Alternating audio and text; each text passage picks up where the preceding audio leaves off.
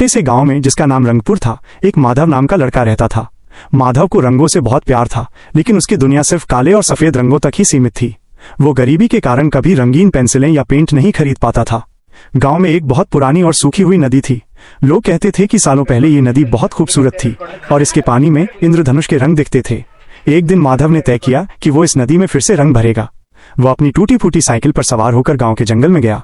वहां उसने अलग अलग तरह के फूल, पत्ते और मिट्टी इकट्ठा की। उसने लाल रंग के लिए गेंदे के फूल, नीले के लिए अपराजिता के फूल, हरे के लिए ताजी पत्तियां और भूरे के लिए मिट्टी का इस्तेमाल किया। जब वो गांव वापस आया तो सभी लोग उसे देखकर हंसने लगे।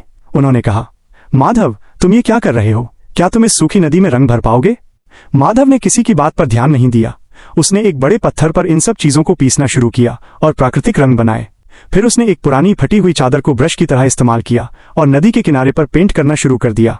माधव की मेहनत देखकर पहले तो लोग हंसे, लेकिन धीरे धीरे उनकी हंसी रुक गई। एक एक करके गांव के बच्चे उसके साथ जुड़ने लगे। वे भी फूल पत्ते इकट्ठा करने लगे और माधव की मदद करने लगे।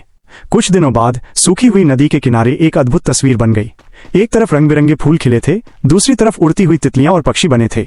वो अब सिर्फ एक सूखी नदी नहीं थी, बल्कि एक रंगों का कैनवस बन गई थी।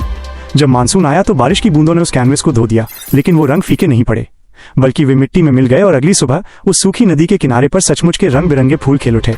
गांव वालों को ये देखकर अपनी गलती का एहसास हुआ। उन्होंने देखा कि माधव ने सिर्फ रंगों से पेंटिंग नहीं बनाई थी, बल्कि उसने अपनी मेहनत और लगन से उम्मीद के बीज बोए थे। उस दिन के बाद माधव को सब रंगों का जादूगर कहने लगे। क्या आप किसी और विषय पर कहानी सुनना चाहेंगे?